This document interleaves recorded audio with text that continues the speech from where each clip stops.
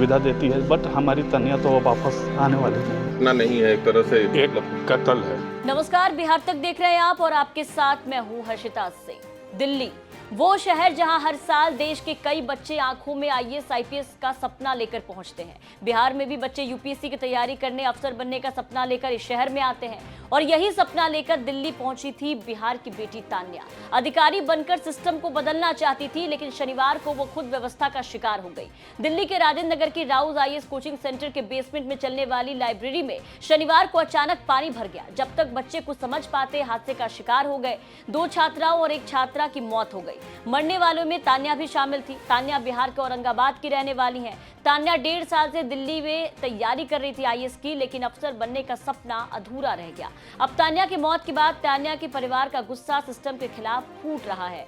परिवार इंसाफ की गुहार लगा रहा है। हॉस्पिटल के द्वारा मुहैया कराया गया, हॉस्पिटल के द्वारा जो प्राइवेट है उसको वेयर भी करना है, वो भी वहाँ से लाने के लिए एक होना चाहिए था कि गांव तक कम से कम भेजा जाए, लेकिन वो नहीं भी हुआ, जो अच्छा तो नहीं लग रहा है। और भाई हम लोग का तो बहन है तो लाना तो है ही। देश से हजारों लड़के लड़कियां, बच्चे बच्चियां दिल्ली पहुंचते हैं आईएएस की तैयारी के लिए, या दिल्ली को माना जाता है कि पढ़ाई का हब है वहां पे। अब ये वाला कंडीशन देख करके लोगों को डर लगेगा।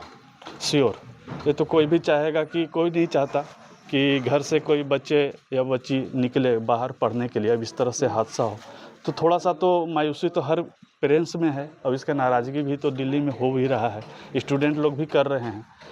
लेकिन देखिए आगे क्या गवर्नमेंट सुविधा देती है, बट हमारी तान्या तो वापस आने वाली नहीं है। इस तरह के कोचिंग संस्थानों पे रोक लगनी चाहिए, या एक जांच होना चाहिए कि भाई जो पढ़ाई हो उस बैठने की व्यवस्था, रहने की व्यवस्था अच्छे तरह से किया जाए। श्योर, वो तो होना चाहिए इस तरह से कि बैठने के, रहने का, खासकर बेसमेंट में इस तरह का व्यवस्था होना वो तो नाजायज़ ही है, वो गलत है। हमारे साथ तान्या के चाचा जी हैं।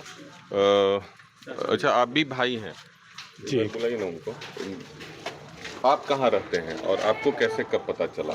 अभी हम यही रामगढ़ में रहते हैं, टाटा स्टील में काम करते हैं वहाँ पे। मुझे भी न्यूज़ के थ्रू ही मालूम चला और घर से कॉल किया गया तभी मालूम चला। ऐसे अभी कोचिंग संस्थान या उन लोगों से आप लोग के तरफ से कोई? कोचिंग संस्थान से हम लोग को कोई खबर नहीं, शायद चाचा ये सबको खबर गया हो, हम लोग को कोई खबर नहीं मिला है। पूरा का पूरा सहयोग था कोचिंग इंस्टीट्यूट को। पेंट में लाइब्रेरी ये समझ में नहीं आता है, और सेफ्टी का कोई मतलब इंतज़ाम नहीं। अगर आप लाइब्रेरी रखे भी हैं और इलीगल रखे हैं तो उसके लिए आपको सेफ्टी का उपाय करना चाहिए, है ना। अभी तो कल हम लोग को पता चला, कल से हम लोग इंतज़ार कर रहे हैं डेड बॉडी का। अभी आने में 1 घंटा लेट भी है, तो हाँ एम्बुलेंस है। लेकिन अभी पता ये भी चला हम लोगों को कि दिल्ली सरकार के द्वारा, दिल्ली गवर्नमेंट जो है उसके द्वारा, या जो हॉस्पिटल का स्वास्थ्य विभाग है उसके द्वारा एम्बुलेंस तक का व्यवस्था नहीं किया गया यहाँ भेजने के लिए, जहाँ उसका पैतृक आवास है, घर है, जहाँ पे दाह संस्कार अंतिम क्रिया होना है ना। अपने खर्च पे प्राइवेट एम्बुलेंस से लाना, है ना। आप क्या किसी को मदद कीजिएगा? मुआवजे की मांग तो खैर हम लोग करेंगे ही, है ना। पीड़ित परिवार के साथ हैं, इनको शक्ति दे भगवान। तो तान्या के भाई ने बताया कि उनकी बहन तान्या पढ़ने में बेहद होनहार थी और इस बार पूरे परिवार को उम्मीद थी कि तान्या इस बार यूपीएससी निकाल भी लेंगी, लेकिन शायद किस्मत को कुछ और ही मंजूर था। आफत की बारिश में तान्या का हर सपना अधूरा रह गया। परिवार की बेटी चली गई। अब इस घटना ने एक बार फिर से कोचिंग संस्थानों की लापरवाही उजागर कर दी है। एक बार फिर से जितने भी कोचिंग संस्थान इस हालत में चल रहे हैं, उन तमाम कोचिंग संस्थानों को लेकर के एक बार फिर से कई तरह के सवाल खड़े होने लगे हैं। साथ ही तान्या के परिवार वालों ने दिल्ली सरकार से लेकर के कोचिंग संस्थानों पर अपना गुस्सा जाहिर किया है, साथ ही इंसाफ की गुहार लगाई है।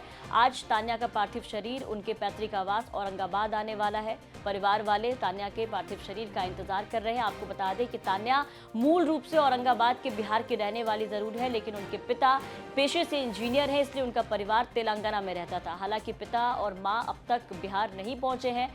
चाचा और पूरा परिवार तान्या के परिवार का इंतजार कर रहा है। आप देख रहे थे औरंगाबाद से अभिनेश सिंह की रिपोर्ट। बिहार की तमाम खबरों के लिए आप बने रहे बिहार तक के साथ।